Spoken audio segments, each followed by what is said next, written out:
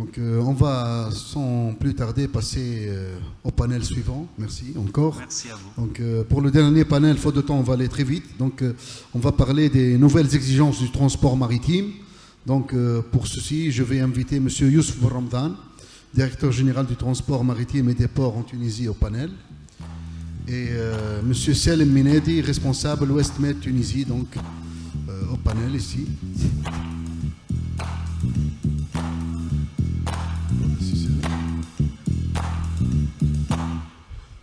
M. Yousef Ramdan.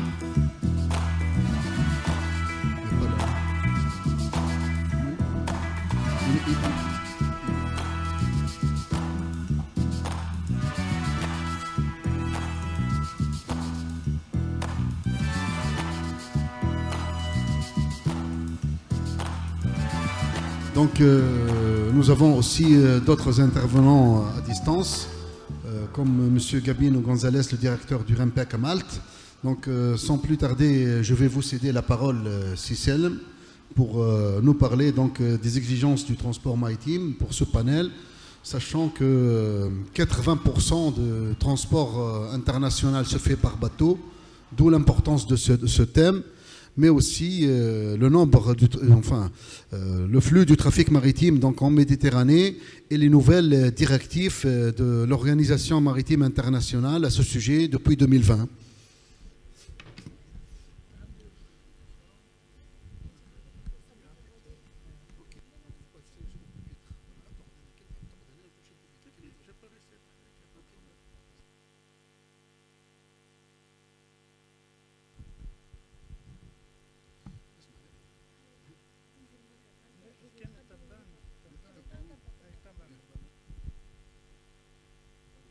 Je vous en prie. Merci beaucoup pour cette invitation. Je vais essayer un peu de parler des transports maritimes et des mutations qu'il a connues ces derniers temps. Au cours des dernières décennies, les échanges commerciaux ont connu une croissance très importante due à la globalisation, à l'augmentation de la concurrence et de la compétitivité des différents produits, de la délocalisation et aussi des accords zones de libre-échange et OMC.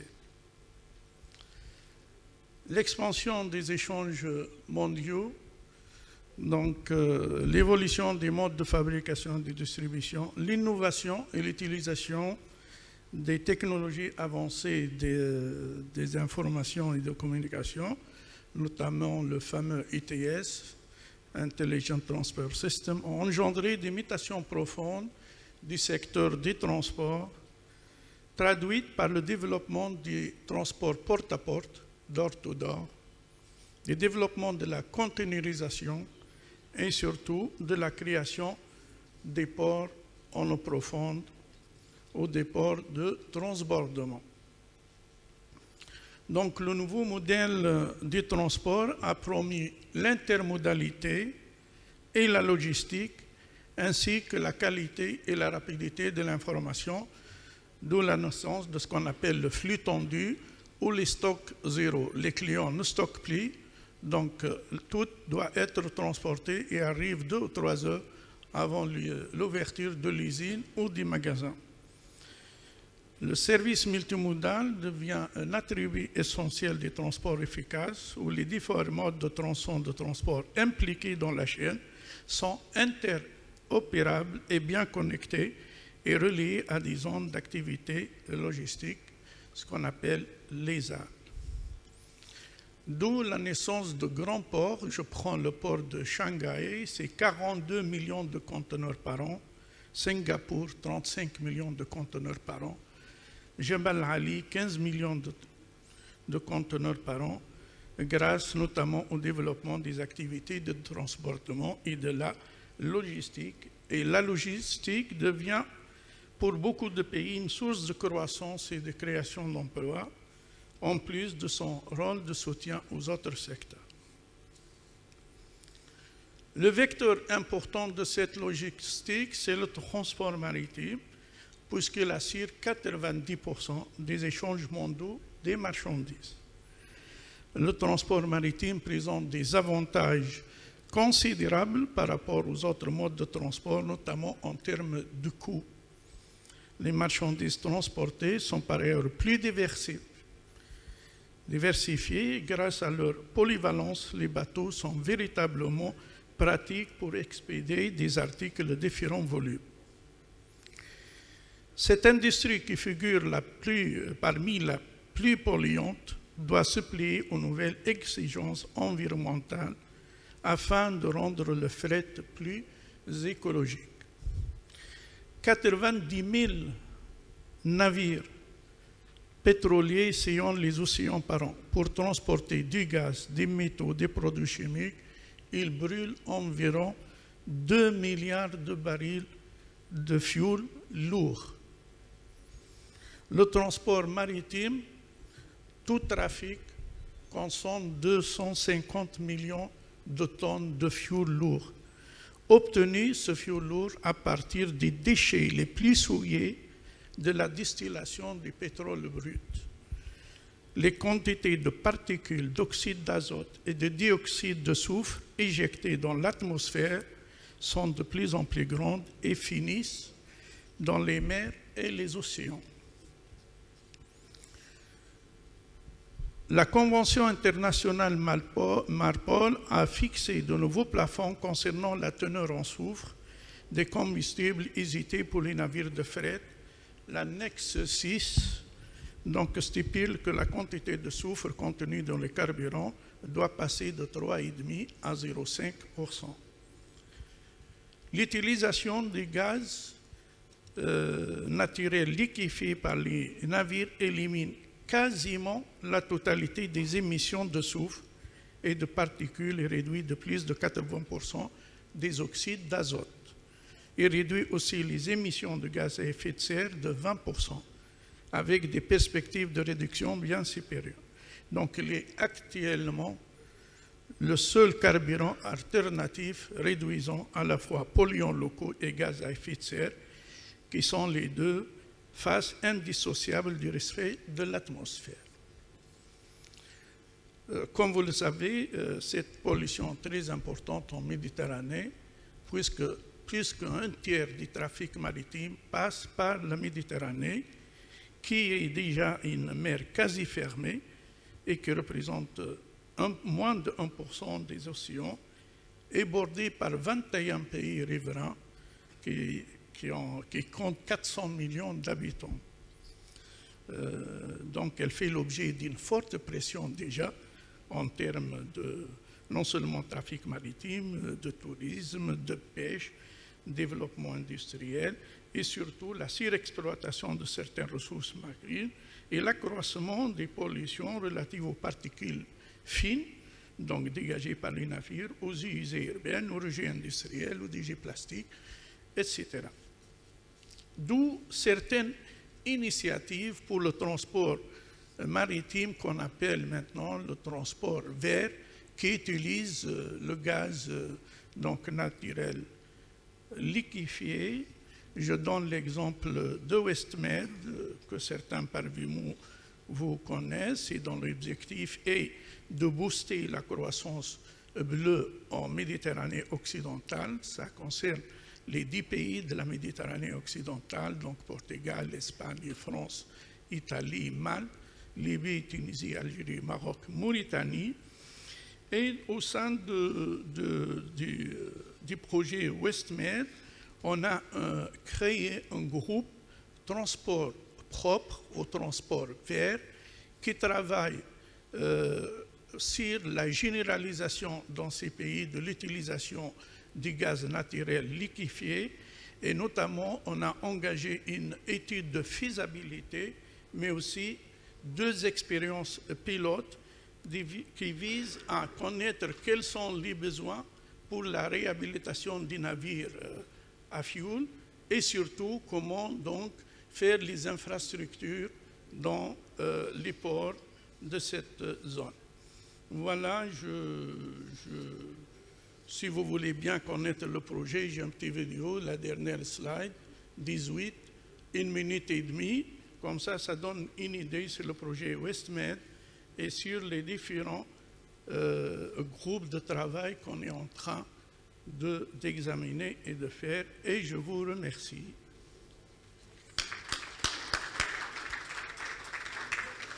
Merci, M. Miled. Et je rappelle que M. Miled est ex-ministre du Transport en Tunisie, donc il connaît bien le sujet du transport maritime. La vidéo, vous pouvez la passer, oui? C'est slide 18.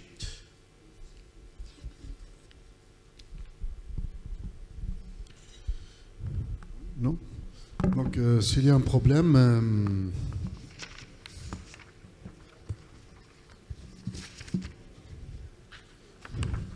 c'est le dernier slide, s'il vous plaît.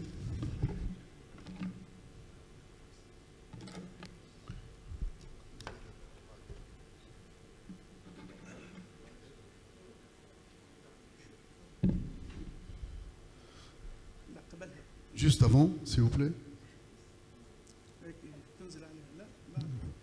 Non, vous avancez, vous avancez. C'est le slide vide. Vide. Avancez. Avancez, s'il vous plaît, pour les slides. Juste après. Encore. Voilà. Vous mettez, non, juste avant. Vous mettez play. Oui, ici. Voilà. Since 2018, the WestMed Initiative has helped a great number of different projects, initiated several key discussions on central maritime topics, and brought stakeholders together to boost the blue economy on both shores of the Western Mediterranean. Supported by national authorities, the initiative has successfully assisted small and medium-sized enterprises, academia, and public institutions that make the maritime space more secure, add to a smarter and more resilient blue economy, and improve the governance between the countries involved. With experts in 9 countries, we are continuously helping stakeholders connect with partners across borders, offer practical guidance, and facilitate discussions on current and future maritime developments. Let us give you some examples.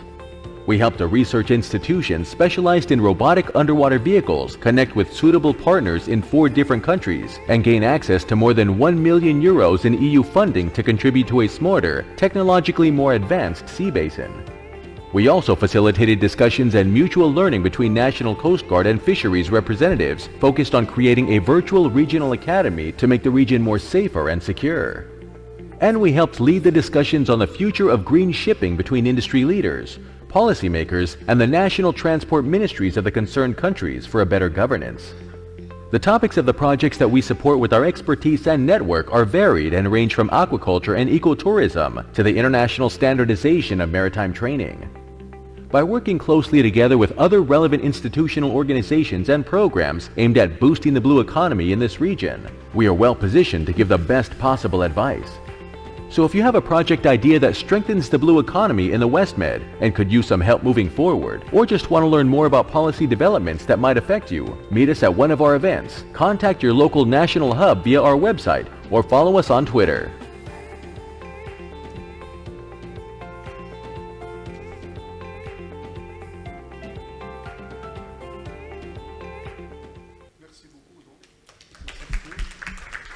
Donc, sans plus tarder, on va passer à Madame Gabino Gonzalez, directrice au REMPEC à Malte.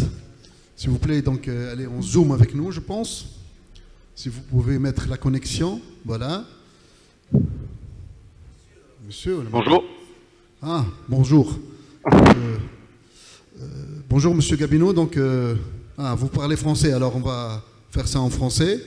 Donc, on va parler, donc, vous êtes dans le panel du transport maritime, là, les nouvelles exigences pour le transport maritime, et on va parler de Méditerranée, puisque le centre REMPEC travaille sur ça, et sur la pollution marine en général.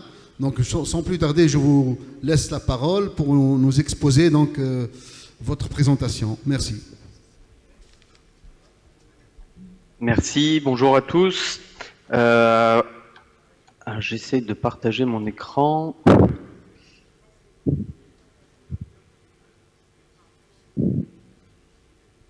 Voilà. Permettez-moi, bonjour à tous, permettez-moi tout d'abord de vous présenter le Centre régional méditerranéen pour l'intervention d'urgence contre la pollution marine accidentelle, le REMPEC, qui a été créé en 1976 à Malte dans le cadre du plan d'action pour la Méditerranée de la Convention de Barcelone. Le premier programme pour les mers régionales mis en place par le programme des Nations Unies pour l'environnement. Depuis sa création, le REMPEC a été administré par l'Organisation maritime internationale qui réglemente le secteur du transport maritime pour assurer la sûreté et la sécurité du transport maritime et la prévention de la pollution marine et atmosphérique par les navires. Le REMPEC coordonne les efforts du PNUE et de l'OMI pour aider les États côtiers méditerranéens à atteindre les objectifs régionaux et mondiaux. Située à l'intersection de l'Europe, de l'Asie et de l'Afrique, la mer Méditerranée voit chaque année 24% du trafic maritime mondial transiter par ses eaux. La part de la Méditerranée dans le trafic maritime mondial devrait atteindre 38% d'ici 2050, un chiffre stupéfiant pour une mer qui représente moins de 1% des océans du monde. Elle accueille aujourd'hui plus de 500 millions d'habitants et atteindra près de 700 millions d'ici 2050. C'est l'une des premières destinations de voyage au monde, avec 28 millions de croisiéristes par an, soit 17% de l'industrie mondiale de la croisière. Le secteur maritime transporte plus de 80% du commerce mondial de marchandises et reste l'épine dorsale du commerce dans la région. Le temps est venu de découpler le développement du secteur maritime de la pollution et de la dégradation de l'environnement. La pression exercée par le secteur du transport maritime affecte la nature méditerranéenne, qui abrite 17 000 espèces marines, dont 25% sont endémiques, le taux le plus élevé du monde. Les 21 États côtiers méditerranéens, l'Union européenne et des partenaires régionaux et internationaux sont engagés dans une coopération et une coordination sans précédent pour atténuer l'impact du secteur maritime sur l'environnement méditerranéen. La stratégie méditerranéenne pour la prévention, la préparation et la lutte contre la pollution marine provenant des navires 2022-2031, qui a été mise au point grâce à un large processus de consultation et devrait être adoptée en décembre cette année par la 22e réunion des parties contractantes à la Convention de Barcelone, se décline en 7 objectifs visant à inverser la tendance de la pollution des navires et à ancrer des pratiques maritimes durables. Quels sont ces objectifs ? 1. Intégrer un programme de gestion et d'application pour renforcer la prévention, la préparation et la lutte contre la pollution par les hydrocarbures et les produits chimiques résultant d'accidents maritimes et des crimes environnementaux commis par le biais de rejets illicites de navires. 2. Adresser la vulnérabilité des côtes méditerranéennes face au réchauffement climatique, qui est 20% plus rapide dans la région par rapport au reste du monde, en contribuant à la réduction globale des émissions de CO2 du transport maritime de 40% d'ici 2030 et les émissions de gaz à effet de serre de 50% d'ici à 2050. 3. Réduire les émissions atmosphériques des navires dans le bassin en ciblant notamment l'oxyde de soufre et en évitant potentiellement chaque année 1000 décès prématurés dus au cancer du poumon, aux maladies cardiovasculaires et aux accidents vasculaires cérébraux, et 2000 cas d'asthme infantile. 4. Prévenir et réduire des déchets générés par les navires, contribuant à la réduction du taux actuel de plus de 700 tonnes de plastique générées par les activités telluriques et maritimes entrant dans la mer Méditerranée chaque jour. 5. Éliminer les espèces non indigènes introduites par les navires, estimées à 26% de toutes les espèces entrant en Méditerranée. 6. Approuver et intégrer la planification spatiale marine, notamment en utilisant des systèmes de routage et en promouvant la désignation de la gestion efficace des zones spéciales et de zones maritimes particulièrement sensibles, contribuant à l'objectif mondial de protéger au moins 30% de toutes les terres et océans d'ici 2030. Et 7. Identifier et adresser collectivement les problèmes de pollution émergentes dans la région, y compris l'impact du bruit sous-marin et la gestion de la fin de vie des navires, pour n'en nommer que quelques-uns. La mise en œuvre de la stratégie nécessite une coopération entre les secteurs du transport maritime, les gouvernements, les organisations internationales et régionales, les ONG et les instituts de recherche. Ensemble, nous pouvons réaliser la vision d'un environnement marin et côtier méditerranéen propre et sain, avec un secteur maritime durable et exempt de pollution, soutenu par un système d'application rigoureux et une coopération multisectorielle renforcée au profit des générations présentes et futures. Faisons en sorte que cela se produise. Et permettez-moi maintenant de vous présenter une courte vidéo pour illustrer le point 3 que je vous ai mentionné sur les oxydes de soufre. Donc une initiative menée dans la Méditerranée avec l'ensemble de nos partenaires. Donc je projette, j'espère qu'on entendra le son.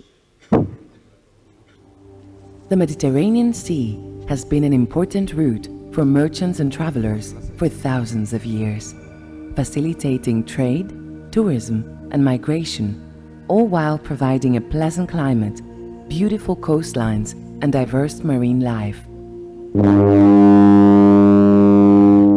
Fast forward to today, and although the Mediterranean constitutes less than 1% of the world's oceans, it remains one of the busiest seas in the world, supporting 20% of seaborne trade, 10% of world container throughput, and over 200 million passengers every year.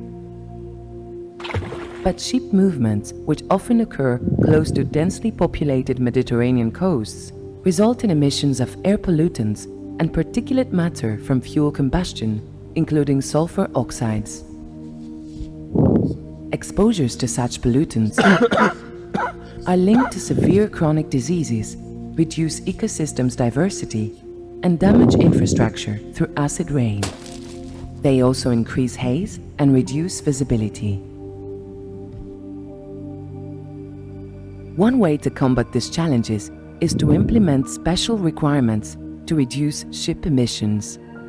In 2020, the International Maritime Organization took bold action to clean up shipping emissions with entry into effect of a new global regulation limiting the sulfur content in fuel oil used on board ships to 0.5%, the so-called IMO sulfur limit. This move has had tangible global benefits, starting with cleaner air and an annual reduction of approximately 8.5 million metric tons of sulfur oxides being released into the atmosphere. And now, Mediterranean countries and the European Union, with the support of the Barcelona Convention system, want to go even further, proposing the designation of the Mediterranean Sea as a whole as an emission control area for sulfur oxides under MARPOL Annex 6, better known as MED-SOx-ICA. In effect, capping the sulfur content in fuel oil used on board ships to just 0.1%. The MED-SOx-ICA would come with a raft of benefits.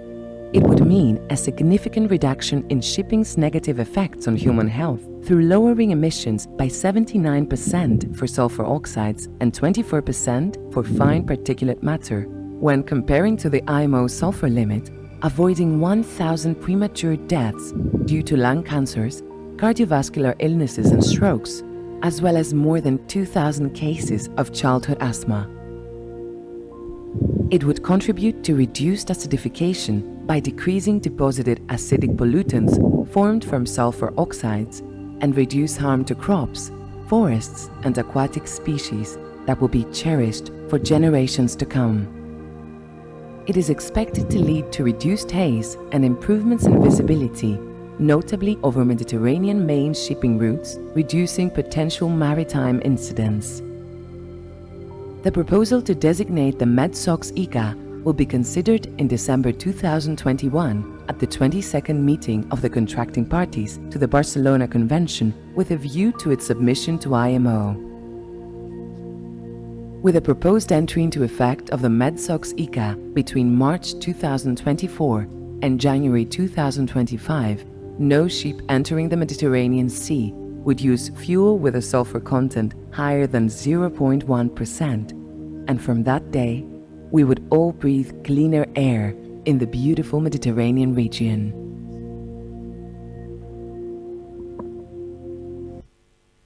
Merci beaucoup donc pour la vidéo. Sans plus tarder, parce que nous sommes un peu pressés par le temps, on passe la parole à Madame Océane Rignot de la Direction des Affaires Maritimes de France. Si elle est avec nous, donc prière de prendre parole. Madame Océane Rignot. Oui, bonjour, vous m'entendez? Oui, on vous entend bien. Faute de temps, on vous donne 5 minutes, s'il vous plaît, pour votre intervention. Donc, parce qu'on va clore. Merci d'être parmi nous cet après-midi, de devoir attendre pour parler avec nous. Je vous laisse céder la parole tout de suite. Allez-y. Merci. Donc, j'imagine que, puisque je n'ai pas de présentation, est-ce que vous voulez que je parle assez brièvement de ce qu'on fait, nous, au niveau du ministère de la Mer? Ou est-ce qu'il y a un sujet que vous voulez que j'aborde en particulier? Nous, on est dans le panel des nouvelles exigences du transport maritime. Oui. Donc, on voudrait bien que vous parlez de vos efforts sur le sujet du transport maritime, s'il vous plaît. D'accord. Donc, en fait, effectivement, c'est tout mon travail.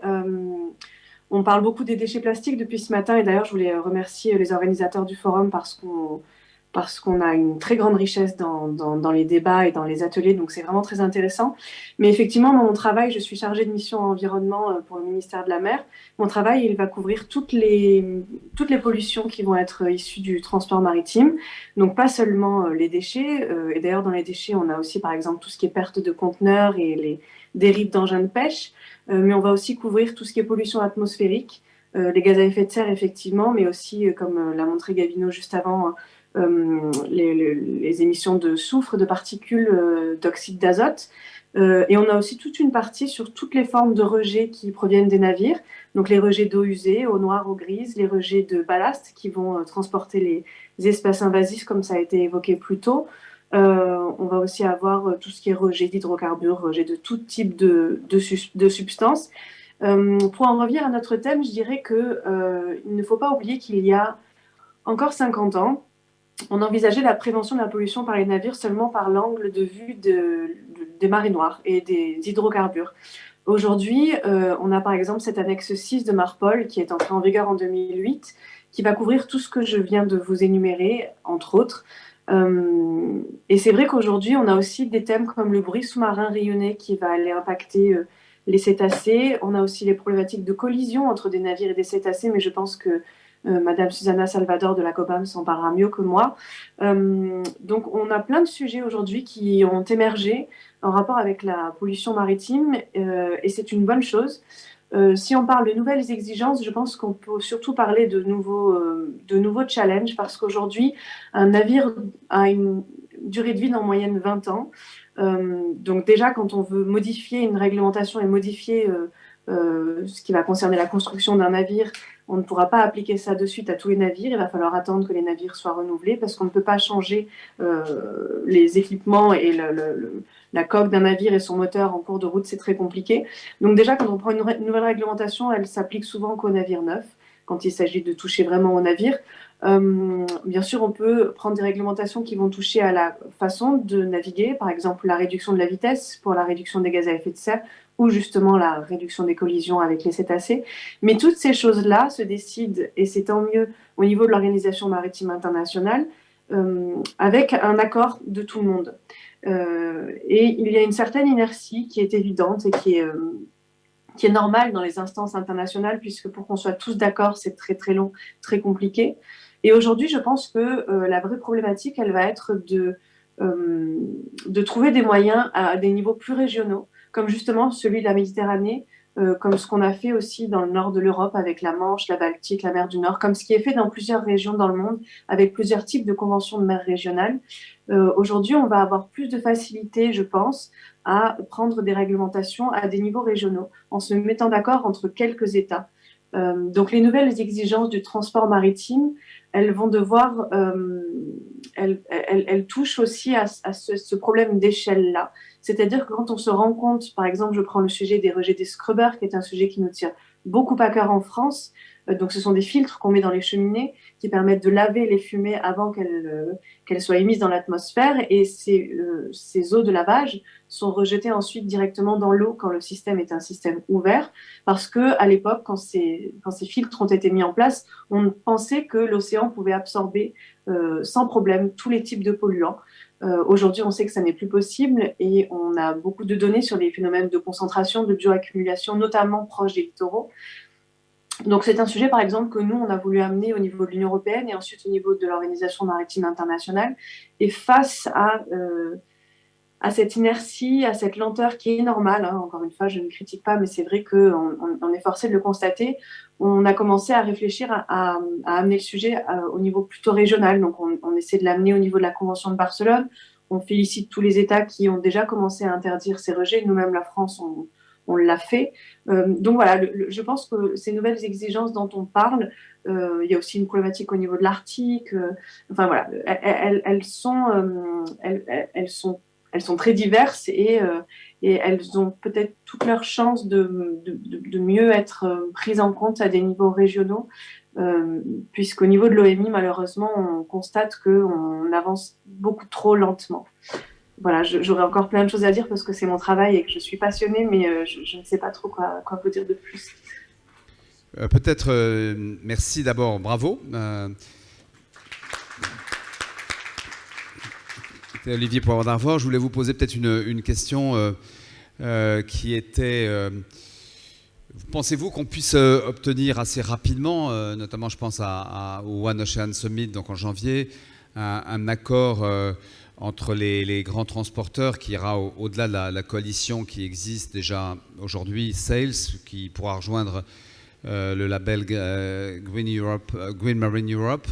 Et au-delà, est-ce que vous pensez qu'on pourra mettre ensemble tous les transporteurs, les grands transporteurs, ce qui n'est pas le cas encore autour de la table?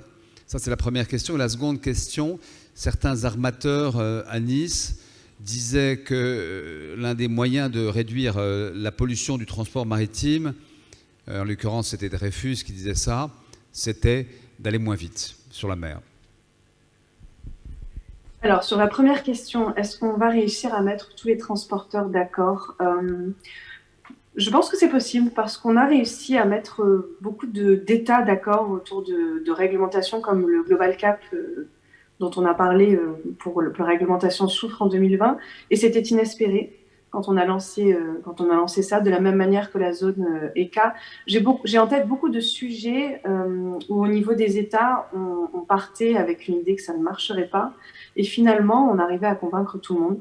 Donc j'ai bon espoir qu'on puisse effectivement mettre les transporteurs avec nous. Et puis j'ajoute que de plus en plus, moi je vois, ça fait 6 ans que je suis sur ce poste-là, de plus en plus, même à ma petite échelle, je trouve que les armateurs et les transporteurs sont avec nous et c'est vraiment de travailler avec nous et ils ne sont plus dans un rôle d'opposition face à l'État. Donc j'ai bon espoir que ça fonctionne. Ensuite, pour votre seconde question, pardon, je l'ai oublié. Sur la vitesse. Oui, la vitesse, pardon. Alors la vitesse, c'est très compliqué cette question de la réduction de la vitesse. Parce que notamment sur, par exemple, les phénomènes du bruit sous-marin, on s'est rendu compte que les effets de cavitation, qui sont les effets qui produisent le plus de bruit et qui peuvent perturber les sonars des cétacés particulièrement, sont accentués lorsqu'on réduit la vitesse de certains navires. D'un autre côté, on a tout un courant de pensée qui vise à défendre l'idée qu'on va réduire les émissions atmosphériques lorsqu'on va réduire la vitesse. C'est compliqué aujourd'hui de se positionner sur la réduction de la vitesse quand on est à ma place, c'est-à-dire que moi je suis sur tous ces sujets-là. Certains qui vont être sur les cétacés, d'autres sur les gaz à effet de serre vont avoir vraiment deux idées assez opposées. C'est compliqué d'avoir une idée tranchée. Je pense que malheureusement, c'est ce qu'on ne fait pas assez dans le transport maritime. Il va falloir différencier les types de navires et les zones précises dans lesquelles on va leur demander de réduire leur vitesse. En plus de ça, il va falloir, et c'est ce qu'on a déjà commencé à faire nous au niveau de la France, c'est travailler au niveau du sous-comité de construction des navires à l'OMI, qui lui va essayer de réfléchir sur la construction vraiment des hélices des navires, par exemple. Donc la réduction de la vitesse, c'est une très bonne idée, mais à prendre avec beaucoup de précaution, parce qu'elle peut avoir, comme malheureusement beaucoup de sujets dans le maritime où on a l'impression qu'on avance dans un sens pour éviter une pollution, on se rend compte que, comme les scrubbers dont je parlais tout à l'heure, on se rend compte qu'on va aggraver une pollution dans un autre domaine. Je pense que la réduction de la vitesse, c'est pareil, c'est à faire en prenant en compte cette fois-ci tout ce qu'elle pourrait avoir d'effets néfastes si elle en a. Voilà, mais merci beaucoup, Sandrino. Si vous avez encore une chose importante à nous dire, vous nous le dites. D'abord parce que j'étais il y a quelques minutes avec la ministre de la Mer, donc elle m'en voudrait de ne pas vous laisser exprimer la pensée du ministère. Oui, peut-être juste une toute petite chose, parce que c'est un sujet qui nous tient beaucoup à cœur au ministère de la Mer et qui tient beaucoup à cœur aussi à certains intervenants que j'ai vus, et notamment à la ministre, puisqu'elle en a parlé. Cette fameuse zone MED-SOX-ECA, ou appelée en français ECAMED, cette zone de réduction de la pollution par les oxydes de soufre et les particules, c'est un projet qui nous tient à cœur depuis 2016. Et aujourd'hui, on commence à espérer que ça va enfin pouvoir aboutir lors de cette COP22 à Antalya, en Turquie, en décembre. Je sais que la Tunisie a été un soutien, et je voudrais la remercier, et je remercie la Tunisie de continuer d'être un soutien dans cette zone qui nous concerne tous, et un projet aussi ambitieux qui a réussi à mettre d'accord tous les pays méditerranéens, c'est quelque chose à noter. Donc je voulais juste reparler encore un petit peu de ce projet parce qu'il nous tient beaucoup à cœur, et à Gabino aussi, donc merci de m'avoir laissé l'occasion de m'exprimer sur ça. Je vous en prie, merci Sandrino, bravo. Merci. À bientôt, faites la prochaine fois à Bizerte. Mehdi. Donc j'invite sans plus tarder Madame Susana Salvador, la secrétaire exécutive de l'association ACOBAMS au Portugal, d'intervenir avec nous. Donc au sujet bien sûr des nouvelles exigences du transport maritime et son impact sur la mer. Petit jingle. Oui. Jingle, musique s'il vous plaît. Vérifiez si elle est connectée. Oui, bonjour. Bonjour. Susanna, bonjour. Bonjour et merci beaucoup. C'est un honneur de pouvoir rejoindre le Forum de la mer, et donc je tiens à remercier pour pouvoir partager le rôle de la COBAMS. Et je commencerai par présenter, voilà, je ne sais pas si c'est visible, si je partage l'écran. On ne vous voit pas, mais on voit deux magnifiques cétacés. Alors, voilà. Et alors, vous êtes, je ne sais pas si on pourra vous voir d'ailleurs, mais vous pourrez voir, vous, le ministre de la Mer portugais. Donc, voilà, vous êtes en famille, si j'ose dire. D'abord, ACOBAMS, dites-nous peut-être ce que ça veut dire, l'acronyme ACOBAMS. Alors, l'ACOBAMS est un accord sur la conservation des cétacés de la mer Noire, de la Méditerranée et de la zone adjacente atlantique. Donc, c'est une organisation internationale basée à Monaco, pas au Portugal, et qui a été créée en 1996 et qui veut protéger les cétacés de cette zone géographique. Donc, c'est Vous voulez nous passer des images, peut-être Oui, voilà. Susanna, allez-y. L'encadrement international, c'est la Convention des Nations Unies, donc les articles 65.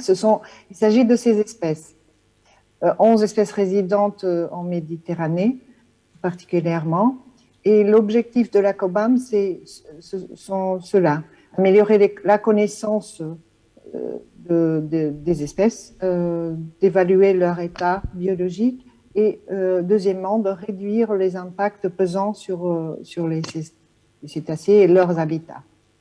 Donc la stratégie COBAMS pour 2025 est de diminuer le degré de vulnérabilité de ces espèces qui sont classées comme en voie de disparition. Voilà, donc l'aire géographique couvre aussi la partie adjacente, comme j'ai dit, à l'ouest, comme vous voyez sur la carte, mais il y a on une ne voit, décision pardon de vous aussi. interrompre, mais on ne voit qu'une seule image depuis le début. Je ne sais pas si vous nous envoyez d'autres Ah bon? images. Les images ne Non. défilent pas. Il y a d'autres. On a toujours nos Je crois qu'il deux y a un problème. cétacés. Mhm. Vous êtes sur Zoom, voilà. Donc, Donc, vous devez faire un partage, me dit-on. On vous voit maintenant, c'est déjà ça. Mhm. Voilà, Je vais essayer. voilà. Et alors là, vous avez un cétacé au-dessus de vous. C'est Et assez maintenant joli.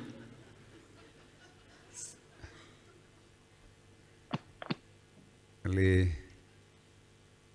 Essayez le bouton partage écran, s'il vous plaît. Hein. Partagez votre écran, si vous voulez, si vous avez des photos à nous Ouais. montrer. Vous repartagez votre écran. C'est en bas à droite. Partager. Peut-être que Chérif Samari peut nous rejoindre déjà, comme ça il sera accueilli en même temps. Le temps peut-être qu'on résolve ce petit problème technique. Chérif Samari, patron de BlueMed, il est en ligne aussi. Ah, ça c'est Chérif Samari? Non, voilà. D'accord, d'accord. C'est bon, Susanna. Donc, on voit votre écran. Mettez-le en plein écran. Voilà. Merci. Voilà. C'est Super. bon maintenant? Allez-y. Voilà. Alors, je disais, j'étais là, sur l'aire géographique qui couvre quand même une partie de l'Atlantique. Il y a eu aussi une décision en 2010 d'élargir l'aire géographique à la zone économique exclusive du Portugal et de l'Espagne. Je voulais vous parler d'un exemple de recensement qui a débuté en 2018 et qui est le ACOBAM Survey Initiative et qui vise à améliorer justement les connaissances sur les cétacés. Et malgré, c'est un projet énorme, malgré le contexte géopolitique complexe des différentes législations applicables dans les 24 pays de la COBAMS, cette campagne de détection visuelle et acoustique a permis de comprendre un peu mieux enfin, la situation des différentes espèces. Donc, les cétacés sont des animaux sociaux, comme nous savons tous, qui offrent aux humains un lien avec le vaste océan. Ils ont aussi une valeur intrinsèque et, en tant qu'espèce et un rôle important pour l'ensemble des écosystèmes. Donc, leur présence est aussi liée à la santé de l'environnement marin et donc ils peuvent servir en tant qu'indicateurs du bon état biologique de la mer. Je voulais aussi vous parler, en ce qui concerne du transport maritime, de quelles peuvent être les conséquences que ces animaux subissent, normalement les grands mammifères marins, surtout les rorquals et les cachalots. Donc, nous savons que le transport maritime dans la mer Méditerranée s'intensifie. Et donc, avec cela, augmente aussi la pression sur l'environnement, telle que l'augmentation des émissions de CO2, comme vous avez dit, des déchets, et le bruit sous-marin et les collisions avec les grands cétacés. Ce sont des tableaux très simplifiés sur les conséquences qui, évidemment, ça dépend des individus en question et donc on ne peut pas généraliser comme ça. Mais pour vous dire que, en ce qui concerne la pollution sonore, donc je me concentre surtout sur le bruit et sur les collisions, il peut y avoir des changements de comportement, aussi de physiologie et de l'activité acoustique, comme nous savons tous, c'est indispensable pour la vie de ces animaux, puisque ça peut changer leur capacité de communication et de écolocalisation. Le bruit, il y a des résolutions à COBAMS sur le bruit d'origine anthropique. Donc, il y a une reconnaissance des 24 pays de l'organisation que le bruit a des conséquences négatives et à court et à long terme, et qu'il y a des aspects à vérifier, à faire par rapport aux sources de bruit. Et les principales possibilités de réduction du bruit sous-marin sont aussi associées à la conception du navire. Il y a aussi des recommandations, et ces recommandations, par exemple la réduction efficace et l'adaptation de l'hélice à la coque, considérer les modifications opérationnelles et les mesures de maintenance. Donc, tout cela est important et aussi pris en compte lors de l'élaboration des plans de gestion de conservation de ces espèces. Pour les collisions, les conséquences sont plutôt la mort de l'animal par rapport à la base de données de la Commission baleinière internationale. Il est noté que presque 50% des animaux qui sont victimes de collisions subissent la mort. Donc, et ceux qui restent avec des blessures ont aussi un affaiblissement de leur capacité de survie. Et il y a le stress, les traumatismes, surtout si il s'agit de la nageoire caudale qui est atteinte. Et donc les populations peuvent être sérieusement affectées. Évidemment, d'autre part, les blessures ou les décès peuvent avoir moins d'impact sur les populations si cela survient à un nombre réduit d'individus, évidemment par rapport à la taille des populations. C'est un exemple d'une carte où il y a une superposition entre l'abondance, la distribution des rorquals par rapport à l'intensité du trafic maritime.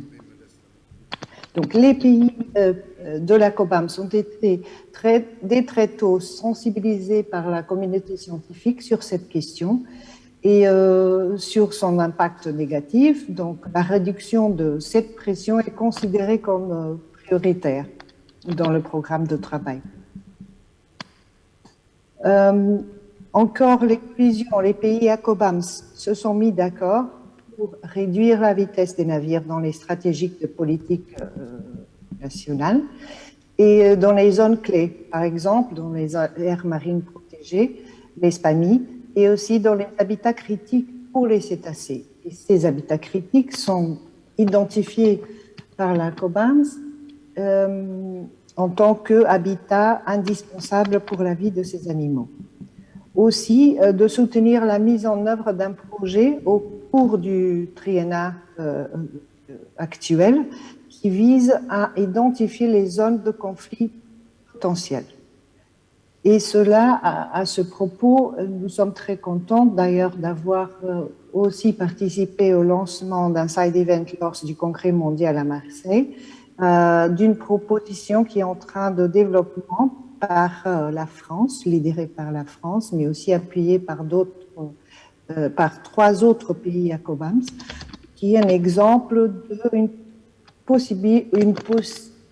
possible mesure de mitigation dans le nord-ouest de la Méditerranée.